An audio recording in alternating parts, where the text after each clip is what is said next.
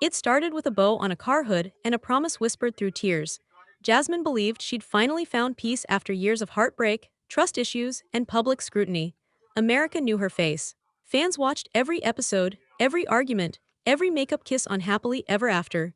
But the cameras never truly caught what came after the closing credits. That's when real life began. And that's when Jasmine handed Gino the keys to a future he didn't deserve. They met like so many do in the 90-day fiancé world. Instant connection, cultural hurdles, language stumbles that looked cute on screen but stung in private. Jasmine was confident, self-made, a real estate force in Atlanta. Gino was 5 years younger, from Ukraine, chasing music dreams and green cards. But he had charm. That charm always came easy to him, especially when the cameras were on. He knew how to look interested, how to nod, how to say the right things at the perfect time. Jasmine fell faster than she thought she would. After the show wrapped, Jasmine wanted a clean slate.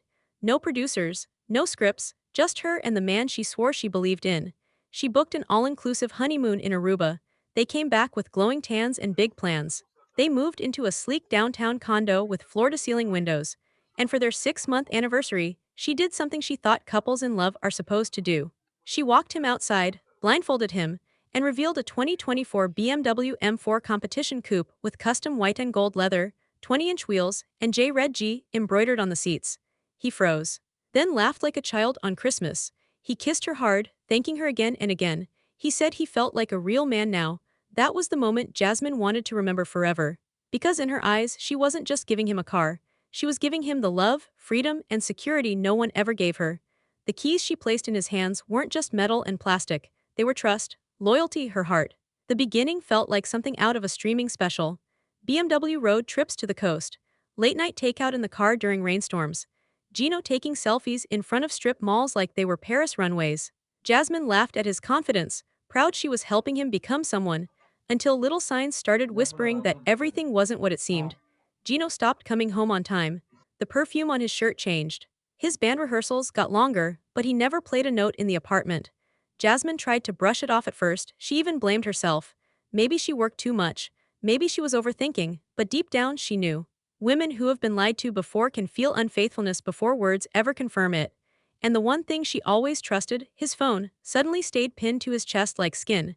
Still, Jasmine acted normal, cooked his favorite meals, washed his favorite hoodie, even smiled when he sat at the counter scrolling through God knows what with that same glazed-over look. She wasn't going to trigger a fight. She wanted to watch, to wait, to be sure. Everything changed the night his phone buzzed past midnight while he was in the shower. The screen lit up twice. First with a heart emoji, then with a message Jasmine would never forget. She didn't recognize the name. She knew it wasn't spam. It wasn't a wrong number. It was deliberate, familiar, intimate. And as the water kept running in the bathroom, she stood there, phone shaking in her hand, heart sinking fast. The water kept running in the bathroom, but Jasmine's world had already stopped. That message hadn't been for her, and the emoji wasn't a mistake. Gino's shower hum masked the silence sinking into the room. She stared at the screen, heart thudding so hard she could barely breathe. It wasn't just the words. It was the familiarity in them. The tone, the kind of teasing intimacy that didn't appear overnight. It smelled old, practiced, real. She didn't confront him right away, she couldn't. She backed out that night the way someone tiptoes out of an unlocked house, like the crime had already been committed, but they just hadn't found the body yet. In the days that followed, Jasmine moved with the focus of a woman robbed in her own home. And she was, not of jewelry or money, she could make more of that by next month. She was being robbed of comfort, of belief, of a life she built with hands that had already carried too much. It started with the BMW.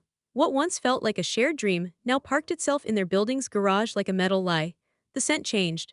Jasmine had cleaned that car from top to bottom herself when it first arrived from the dealership. Every leather seat was untouched. Every air freshener carefully selected. Now she caught unfamiliar traces of strong woman's perfume, synthetic and sweet, something she never wore. On the passenger seat, there were tiny red strands of hair. Jasmine's hair was dark brown. She wasn't shedding strangers. He'd been using the BMW every day. At first, it was all job interviews and studio meetings. Then it turned into long, unexplained drives with no destination. Somehow the mileage kept stacking up faster than his plans. She waited until he left one evening with some excuse about trying a new jam session with a local producer. She said nothing, just smiled and told him she hoped it goes well. Once the door closed, she grabbed the spare key, made her way down to the garage in silence, and opened the car. The interior still smelled like her heartbreak. She started with the glove compartment, dozens of gas receipts, some from small towns hours away, places neither of them had a reason to visit, nighttime timestamps. Often on weeks he claimed to have been home binge-watching shows or helping a friend move. She found napkins from restaurants she'd never heard of. One even had a lipstick kiss on it, as if someone pressed their mouth to test a color. There were parking passes for hotels 30, sometimes 50 miles out. One of them was from Valentine's Day. He told her he'd been sick. Nothing spoke too loudly, just whispers stacked on paper, like his truth was scattered in fragments, not words. The backseat held more. A woman's clutch, empty, out of place. Too expensive for casual use, too decorative for someone who didn't expect to be seen. That night, Jasmin sat in the BMW for almost an hour. No tears. No breakdown, just cold acceptance replacing slow denial. Later that week, she called her assistant to check recent bank activity. Jasmin hardly watched every transaction until now. The monthly credit card bill arrived in her inbox that same evening. And when she opened it, the last illusion of safety vanished. There were charges she didn't recognize, all clustered around late evenings. Upscale restaurants she'd never been to, lingerie stores she didn't shop at, flower deliveries under someone else's name. These weren't Gino's mistakes. These were deliberate, repeated, and paid for with her money. She didn't sleep that night. Jasmin lay motionless beside a man whose breathing had once brought her peace but now made her skin crawl. He slept shamelessly, snoring softly like nothing had shifted, like her silence wasn't screaming into the dark. She stared at the ceiling, feeling the cold sting of betrayal pulse in her chest like an uncontrollable ache. And in that silence she made a decision. She needed proof, not for the court, not even for the lawyers, for herself. 2 nights later, Jasmin told Gino she'd be working late, a late listing appointment well past 9. He kissed her cheek with that same smile he always wore when he was lying. Part of her almost admired how effortlessly it came to him now, but she didn't flinch. She returned the smile, pretending for one more day. She already knew he'd take the car. Not even 30 minutes after she left the condo from the front entrance, she slipped back in through the service hallway and watched from the adjacent street as the elevator doors opened in the garage. She saw him, nothing suspicious about his walk, nothing rushed. He was wearing the blue shirt she bought him last Christmas, the one he only wore when he wanted to impress someone. She watched as he slid into the BMW, revved the engine with too much care, and pulled out like he belonged on a runway. Her own footsteps were silent. She had borrowed her cousin's car that night. A dusty silver Toyota from 9, nothing flashy, nothing that would draw attention. The lights stayed off. Her hands gripped the steering wheel tighter than ever as she followed him all the way beyond the city limits, past restaurants, past movie theaters, all the way to the kind of place you only went to when you didn't want to be recognized. It was a boutique motel tucked between two closed car dealerships. Flickering red sign, discreet check-in window, cheap but not dirty, private, familiar. She watched as Gino parked the car, stepped out, adjusted his collar in the window reflection, and then stood near the hedge, phone in hand. 2 minutes later, a woman pulled up in a black four-door sedan. Jasmin didn't recognize her, but the way Gino greeted her cleared all doubt. He opened the door to the BMW with too much familiarity. She didn't hesitate before walking over. Jasmin couldn't see clearly from her angle, but she saw hands, she saw closeness. And she saw the BMW used as a hotel room. She couldn't move, couldn't cry, couldn't scream. The car she once saw as a reward for his loyalty had now been turned into a confessional booth for every lie he whispered to someone else.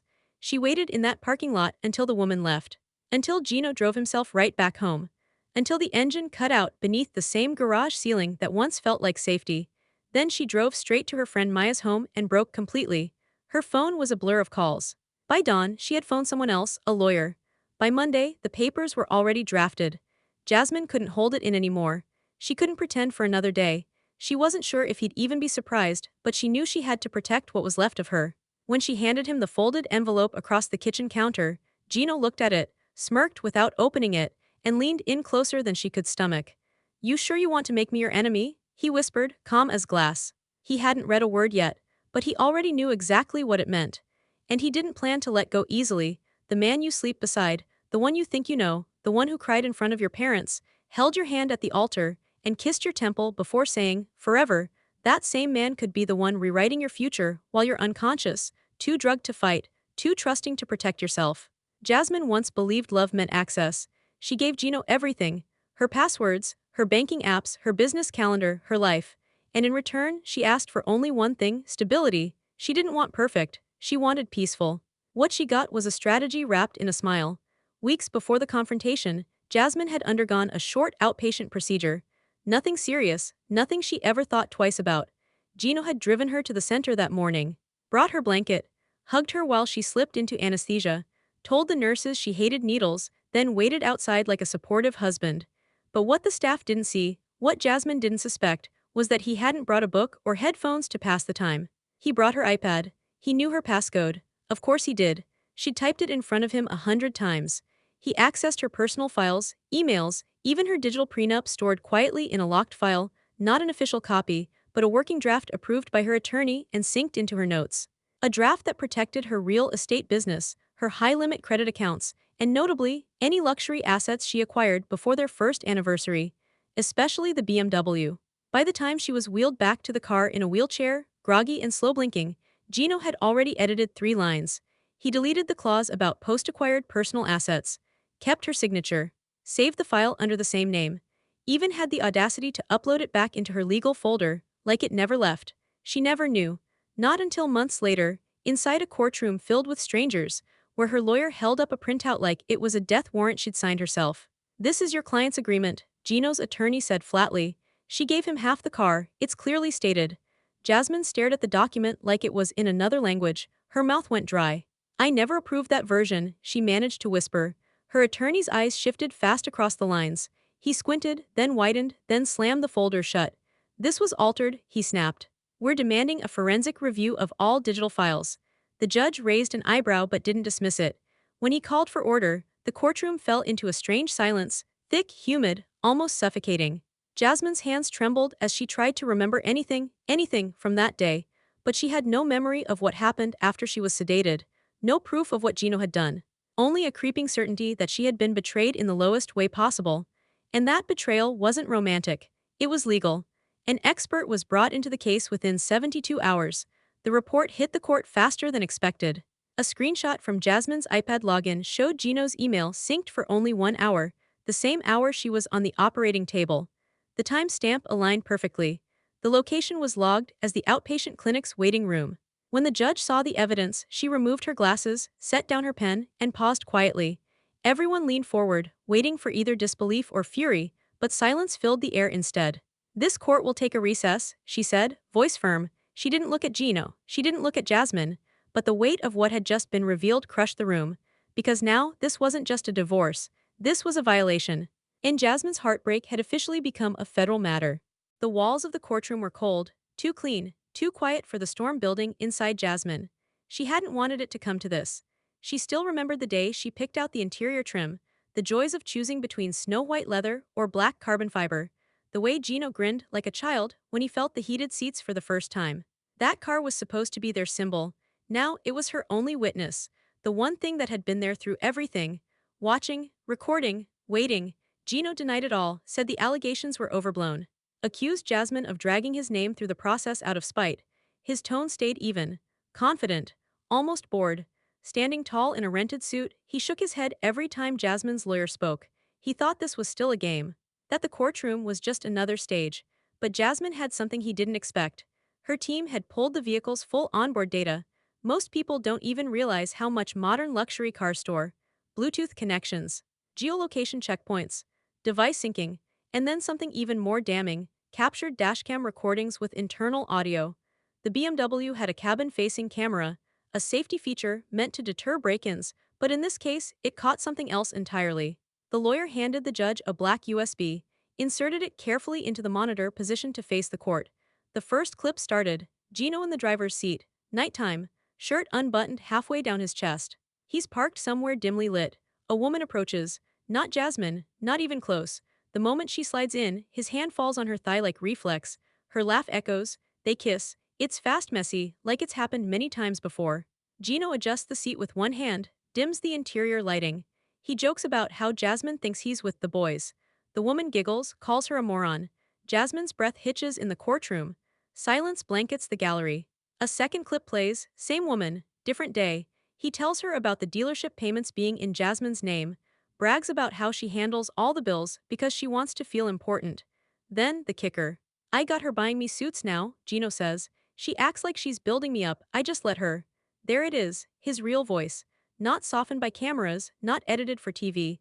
A voice most of the world never hears. Quiet, smug, full of contempt. Jasmin covers her mouth, her eyes glass but the tears don't fall yet. The judge doesn't move. Then the third clip, same car, different woman. He's reclined in the seat, laughing with a cigarette between his fingers, windows cracked slightly. He's talking about Jasmin again. How she surprises him with gifts. How she keeps asking when they'll finally start a family. His voice darkens. She thinks I love her, he mutters, voice low, but I love this car more. Gasps ripple across the courtroom. Gino shifts, clears his throat. His lawyer lowers their gaze. Jasmin, she doesn't look away from the screen, not once. Because this was never about the car. It was about who he was when he thought no one was watching. And now, everyone was. The courtroom buzzed with a new kind of silence, tight, holding its breath. Everyone had heard the recordings. Everyone felt the stench of deception drape over Gino like a second skin. But the pain wasn't over. Not for Jasmin, not even close. When the session resumed days later, Jasmin expected answers. Accountability. Maybe even a sliver of remorse. But the only thing that stepped into that courtroom was another storm. A fresh wave of evidence. A black binder of betrayal that no one saw coming. First, the BMW was gone. Vanished from the apartment building's garage without warning. Jasmin hadn't seen it in weeks. She assumed it was parked somewhere else, that Gino had taken it after their last hearing, maybe stashing it away out of pettiness or pride.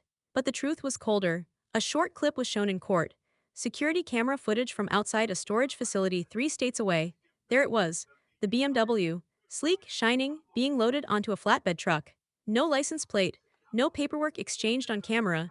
Just a man with a clipboard, and Gino granting a silent nod before walking away without a glance back. Where did the vehicle go? The judge asked. Jasmin's attorney responded with what no one in the room expected. The BMW was sold through a luxury gray market site, he said, not through a dealership, no official bill of sale. Payment was made entirely in cryptocurrency. A hush dropped like a gavel. The wallet Gino used was traced to a digital bank that didn't bear his name. It was registered under a fake LLC, formed just 3 weeks after Jasmin filed for divorce. An account that had received a single deposit, nearly $80,000, the exact value of the car. Jasmin clenched the edge of the bench so hard her nails dug into the wood. She tried to breathe through her nose, but the air felt sharp. He didn't just give her heart to someone else. He took her money, her gift, her symbol of love, and turned it liquid, invisible, untouchable. Why? She whispered aloud before she could stop herself. Her attorney motioned to bring her to the stand. She didn't walk. She floated. Her legs moving on instinct, her voice barely audible. She didn't cry when she watched the dashcam. She didn't break when she saw the fake prenup. But now, seeing her love turned into a digital code, stripped of meaning and traded for silence. Tears came, not loud but steady. She didn't sob, she trembled. He used me, she said. I gave him the kind of life he couldn't buy. And he used every piece of it against me, down to the gas I put in that car. Across the room, Gino didn't move, didn't blink, until he was called to testify seconds later. He swore in lazily, eyes down, knuckles whitening as he gripped the microphone. His lawyer whispered something into his ear, but Gino ignored it. For the first time in days, his voice cracked. You think I wanted this? He began, low and raw. You think I wanted a woman like her to own every part of me? No one said a word. She picked out my clothes, told me how to speak, paid my phone bill. She didn't love me. She managed me. His breath quickened now, eyes reddening, droplets clung to his lashes like guilt. I didn't want the money, I wanted space. I wanted to not feel like a pet immigrant waiting for commands. The room froze. Jasmin's heart stopped. Because in all the betrayal, all the deceit, nothing could prepare her for the twisted way he saw his own reflection in their marriage. Not as a partner, but as a prisoner desperate to escape. Even if it meant burning everything she gave him to the ground. The room felt thick with unsaid things. Lawyers shuffled paperwork without making eye contact. The court reporter typed slower, her fingers hesitating over every word. No one wanted to look at Jasmin, not because they pitied her, but because they didn't know what face to wear in front of someone ripped apart so publicly, so completely. She had lost her husband, her trust, her peace. And now, it looked like she might lose something more. The judge leaned forward, elbows on the bench, fingers laced together like a cage. Her eyes weren't emotional. They were surgical, cutting through the arguments, the lies, the defenses, looking for something clean in the filth. I've reviewed the evidence, she said softly. And in light of the digital manipulation of legal documents, fraudulent sale of shared property, and potential violation of immigration agreements tied to dependent sponsorship, she stopped. Everyone leaned in, almost unwillingly. This case may exceed the scope of this courtroom. For a moment, no one understood. Then, the judge continued, voice firm. I'm recommending a referral, Federal Fraud Division. And immigration, that one word. It sliced through the courtroom like a knife without warning. Gino's head jerked up. The arrogant smirk he once wore like armor now cracked like old paint. His attorney stiffened, whispering frantically under his breath. Jasmin didn't move, she didn't flinch, but inside something shifted. Gino's life here wasn't just a getaway anymore. It was a visa, a contract. A legal tether to a country he played like a game. Jasmin had sponsored him. She built the foundation under his feet. And he dug at it with both hands until the whole thing fractured. Now, that fracture might swallow him whole. The judge requested transcripts and recommended an interjurisdictional investigation. No one in the room had ever expected the case to spiral like this. What started as a divorce had evolved into something far more serious. Whispers spun around the back rails. Phones buzzed. Reporters took notes even faster now. No one expected Jasmin's scandal to go federal. No one expected Gino's green card to hang on the edge of a court ruling. The recess was called, again. Jasmin stepped into the hallway, dazed. Her lawyer stayed behind to speak with the judge's clerk. For the first time in weeks, she stood alone beneath the fluorescent lights, staring into space, eyes unblinking. Then a familiar voice called her name. She turned, and there she was, Lauren Bravarnik. She looked softer, changed by motherhood and the chaos of her marriage, but her presence wasn't soft. Lauren walked up without hesitation and wrapped her arms around Jasmin, holding her in a way that didn't feel rehearsed or performative. She didn't say, "I'm sorry." She didn't say, "You didn't deserve this." She leaned in and whispered, "He tried the same thing to me. Different man, same method, they don't think we'll protect ourselves." And Jasmin cracked. The tears came faster this time, the kind that hurt, the kind that make your ribs shake. And for the first time, it felt like she didn't have to hold it in to survive.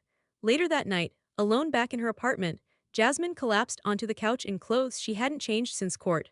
Her phone sat face down on the kitchen counter, buzzing once then again. She didn't reach for it. Not until the third time. She didn't recognize the number. No text, no name, just one voice note, shaky, bad audio.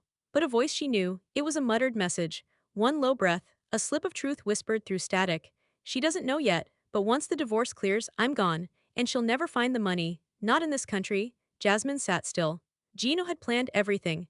From the beginning, the morning was gray, but Jasmin didn't remember the sky.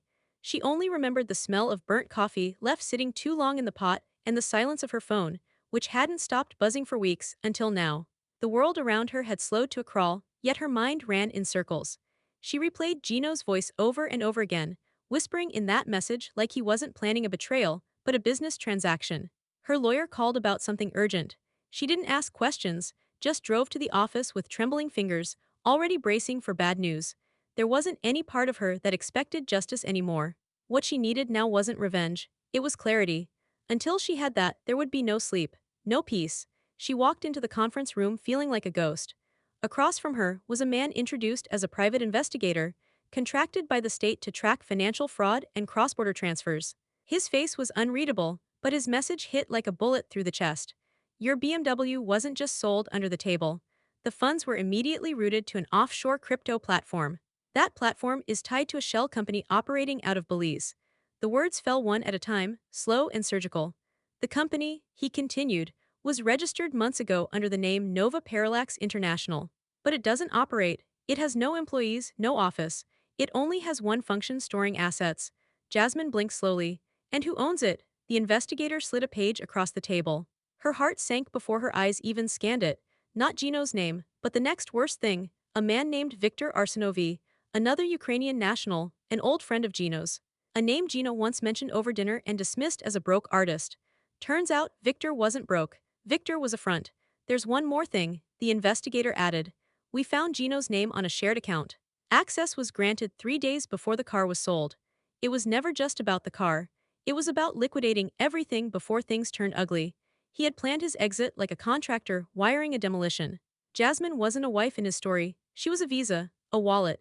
And the only real surprise was that she found out before he vanished completely. She thought back to every "I love you" said without eye contact. Every moment he slipped out late claiming he couldn't sleep. Every fake argument he started just to get out of the house. It wasn't passion, it was strategy. And Gino, he'd been keeping score long before she knew they were at war. Her lawyer stayed quiet until Jasmin looked up again. There was something deep and tired in his eyes. She waited for the next blow. It came with all the calm of paperwork, but none of the relief. We received something else this morning, he said. A notarized affidavit, from Ukraine. She didn't understand at first. An affidavit from whom? Her lawyer reached into the folder, pulled out a single page, stamped and officially translated. From a woman named Katerina Belova. He paused. Gino's ex. Jasmine's throat closed. She says she was in a relationship with Gino the same time he applied for the K-1 visa with you. Supporting documents included copies of messages where Gino referred to you as, and I'm quoting, a one-year sponsor arrangement. The room didn't spin. It stopped. The paper trembled in her lawyer's hand. And Jasmine's world fractured again because now the fraud wasn't accidental. It wasn't selfishness. It was a plan from the beginning. The courthouse steps loomed large that morning, as if daring Jasmine to walk in one last time. After everything, there was still one chapter left to close. She wasn't afraid, not anymore, but she wasn't numb either. What she felt now was heavier than fear and sharper than rage. It was resolve.